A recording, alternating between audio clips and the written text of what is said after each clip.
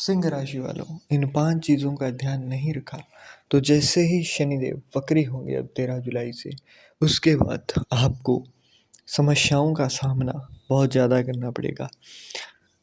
तो अब एक-एक करके हम लोग बात करते हैं कि कौन-सी वो 5 चीज़ें हैं जिनका ध्यान आपको रखना ही होगा। अगर नहीं रखते हैं तो बैकफ़ायर करेगी चीज़ें। यहाँ पर शनिदेव जो हैं वो आपके चंद्र जो कुंडली है उसके अंदर अष्टम भाव के अंदर विराजमान है मीन राशि में, और छठे और सातवें घर के स्वामी बनकर बैठे हैं। तो यहाँ पर आपके जो दुश्मन हैं वो अपने आप ख़त्म होते हुए दिखाई देंगे। और यहाँ पर ध्यान क्या रखना है, अगर इनको अपने आप ख़त्म करना है तो इस मामले में अंधा हो जाना है। अगर नहीं होगे तो वही दुश्मन आपको दिक्कतें देंगे, है ना। तो जब भी छठे भाव का स्वामी अष्टम भाव में बैठता है तो ये अच्छा होता है दुश्मनों के नज़रिए से अगर देखा जाए, है ना। तो यहाँ पर जो भी आपके दुश्मन हैं, अगर वो कुछ भला बुरा कह रहे हैं, कुछ भी कर रहे हैं, तो बस जाने देना है, बहुत ज़्यादा रिएक्ट नहीं करना है, क्योंकि जितना रिएक्ट करोगे उतना ही ज़्यादा आपके लिए दिक्कतें खड़ी होंगी। ये शत्रुहंता स्वयं है शनिदेव यहाँ पर। दूसरी चीज़, अगर जॉब के मामले में, प्रोफेशन के मामले में कुछ बदलना है तो अभी नहीं करना है ऐसा कुछ। जल्दबाजी में अगर कुछ किया तो वो चीज़ें बैकफायर करेंगी आपके ऊपर। तो अब 13 जुलाई से 27 नवंबर तक खासकर आपको ऐसा कोई स्टेप नहीं लेना है जिसके अंदर आप प्रोफेशन चेंज करोगे। तीसरी बात, यहाँ पर विवाह जिनका हो चुका है या फिर जो भी लव रिलेशंस के अंदर हैं, है ना, तो उनके लिए खास करके यहाँ पर एक तो शनिदेव की 10वीं दृष्टि आपके पंचम भाव पर है, और दूसरा 7th हाउस के लॉर्ड जो है वो 8th हाउस के अंदर विराजमान है। तो ऐसे में आपको बहुत ज़्यादा गहराइयों के अंदर नहीं देखना है, बहुत ज़्यादा छोटी छोटी बारीकी की बातों के लेकर आपको झगड़ा नहीं करना है, क्योंकि जैसे ही आप बारीकी की चीज़ों को देखना शुरू करोगे वैसे ही झगड़े होंगे, no doubt. Understanding best issues होंगे, नो डाउट। परंतु उनको आपने थोड़ा आसानी से लेना है, टेक इट ईजी, है ना। बहुत ज़्यादा लाइटली लेकर आपको चीज़ों को सुलझाने की ओर जाना है, ना कि उलझाने की ओर। इसके साथ साथ अष्टम भाव में विराजमान है, तो आपको घाटा होगा इस टाइम के अंदर, फाइनेंशियल लॉस होना है, हेल्थ वाइज कोई जिसका कैश के अंदर पैसा लग रहा है तो वो कैश, मैं कैश की बात नहीं कर रहा हूँ, मतलब अगर आपका कोर्ट केस के अंदर पैसा लग रहा है तो वहाँ पर आपको घाटा होता हुआ दिखाई देगा। जितना ज़्यादा आप अपने घाटे के बारे में सोचोगे उतना ही ज़्यादा वो घाटा बढ़ेगा, तो ऐसा नहीं करना है। यहाँ से सेकंड हाउस के ऊपर इनकी दृष्टि है, तो चौथी चीज़ है वो ये है कि आपको यहाँ पर धन के लिए नहीं गिनना है, धन गिनना नहीं है आपने। अगर आपके पास एक ही दिन के अंदर 1000 आए, 2000 आए, जितने भी आए, परंतु आप जैसे ही गिनोगे वैसे ही वो लगना शुरू हो जाएंगे। तो धन आपने गिनना नहीं है। पांचवी एंड लास्ट जो सावधानी रखनी है वो ये है, यहाँ से तीसरी दृष्टि जो है वो आपके 10th हाउस के ऊपर है, प्रोफेशन के हाउस पर है। तो यहाँ पर जहाँ भी आप काम कर रहे हैं उससे जुड़ी हुई कोई भी पॉलिटिक्स हो, कोई भी किसी का विचार हो, गॉसिप हो, उसके अंदर पार्टिसिपेट ही नहीं करना है आपने। चाहे कोई कुछ भी बोल रहा हो, परंतु आपने वहाँ पर जाकर कुछ भी बोलना नहीं है, अपनी ज़ुबान नहीं खोलनी है इस मामले में।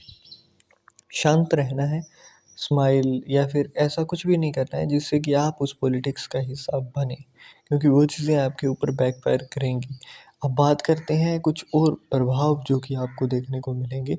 तो अष्टम भाव के अंदर हैं और वक्री हो चुके हैं, तो यहाँ पर आपको गूढ़ रहस्य जानना, गहन चीज़ों को देखना, ये हैबिट के अंदर आएगा, और अब थोड़ा सा और भी ज़्यादा हो जाएगा, एक ठहराव जीवन में आएगा, है ना।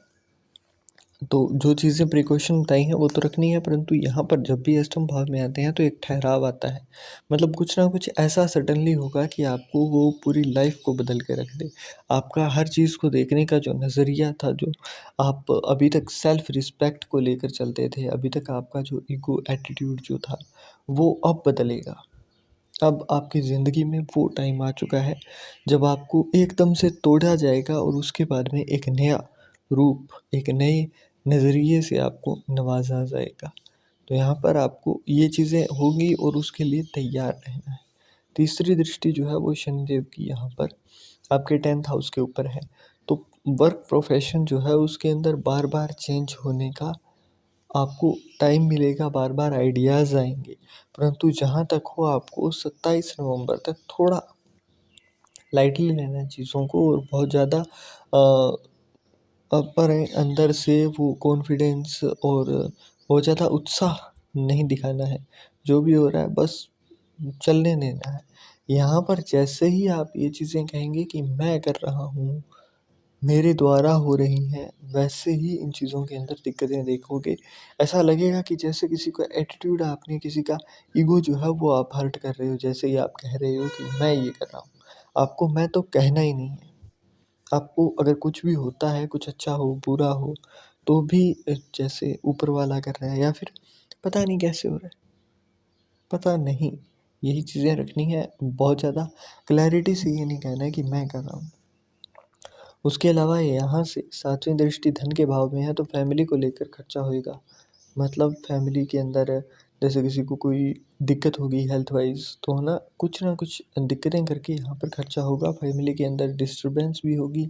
आपकी फैमिली को लेकर एक नया पर्सपेक्टिव चेंज होगा। कई लोगों को यहाँ पर लगेगा कि यार फैमिली भी साथ नहीं देती है, सिर्फ़ अकेला रहना या फिर आपका जो साथ देने वाला है वो ईश्वर है। तो उस स्पिरिचुअलिटी को यहाँ पर शनिदेव फेस कराते हुए आपको दिखाई देंगे। तो रेडी रहना है इन चीज़ों के लिए। अब बात करते हैं कुछ उपायों की। तो 8th हाउस के अंदर है तो ऐसे में लाल किताब के अकॉर्डिंग अगर देखा जाए तो आपका जो उम, पुट्ठे जो होते हैं उसके ऊपर काजल का टिक्का लगाना वहाँ पर फ़ायदेमंद होता है। क्योंकि काजल की गोलाई जो होगी वो बुध और यहाँ पर शनिदेव जब एक साथ में आएँगे तो यहाँ पर आपको जो फाइनेंशियली हर्डल्स हैं, जो आपकी दिक्कतें हैं उनको कम करेंगे और यहाँ अष्टम भाव जो है वो दुःख दर्द पीड़ा का ही है तो एक तरीके से यहाँ पर अपना ही घर समझकर शनिदेव चलते हैं, है ना? तो यहाँ पर आपको इस जगह पर काजल का तिल लगाना है। इसके साथ-साथ आपको जो दूसरी चीज़ करनी है वो ये करनी है कि जब भी हो सके आपसे तो ऑयली चीज़ें आपको अनजान लोगों को दान करनी है या फिर शमशान के आसपास अगर कोई चांडाल बैठा हो या फिर शमशान में काम करने वाले कर्मचारी हों तो उनको दान देना आपका फ़ायदेमंद रहेगा।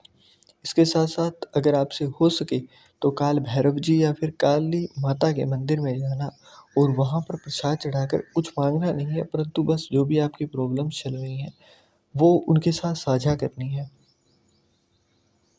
बस साझा करनी है। आपने ये नहीं कहना है कि मेरी प्रॉब्लम दूर कर दो या फिर ये कर दो। बस एक पहले दिन जाओगे तब बोलना है कि आप ही हो जो कुछ करोगे, तो मैं बस आपके साथ ही प्रॉब्लम शेयर करने वाला हूँ, दुनिया में मेरी कोई सुनता नहीं है। ये चीज़ें कहकर उसके बाद में आपको वहाँ पर जब भी कोई दिक्कतें आएँ तो वहाँ पर कहनी शुरू कर देनी है और डेली आपको आना-जाना रखना है वहाँ पर। अगर आपकी कोई बाध्यता नहीं है तो डेली आओ जाओ और वहाँ पर जाना शुरू करो। क्योंकि अष्टम भाव में जहाँ पर दिक्कतें बहुत ज़्यादा आती हैं, यही वो घर है जो कि आपको एकदम से ऊँचाइयों पर लेकर जाएगा और जो यहाँ तक रुका है उसके लिए ही मैंने ये बोनस टिप दी है। ताकि जो लोग पेशेंस रखे हुए हैं at the end of story Shanidev उनको ही चीज़ें देते हैं जिनके अंदर धैर्य हो। तो जो बंदा यहाँ तक पहुँचा है उसके लिए मैंने ये लास्ट तक चीज़ बचा कर रखी हुई थी और अभी मैं ये इसीलिए आपको देना चाहता हूँ ताकि आपको भी अपनी लाइफ के अंदर एकदम सडनली चीज़ों के बेटरमेंट दिखाई दें और बस यहीं आप अपनी वाणी को विराम लगाना चाहूँ।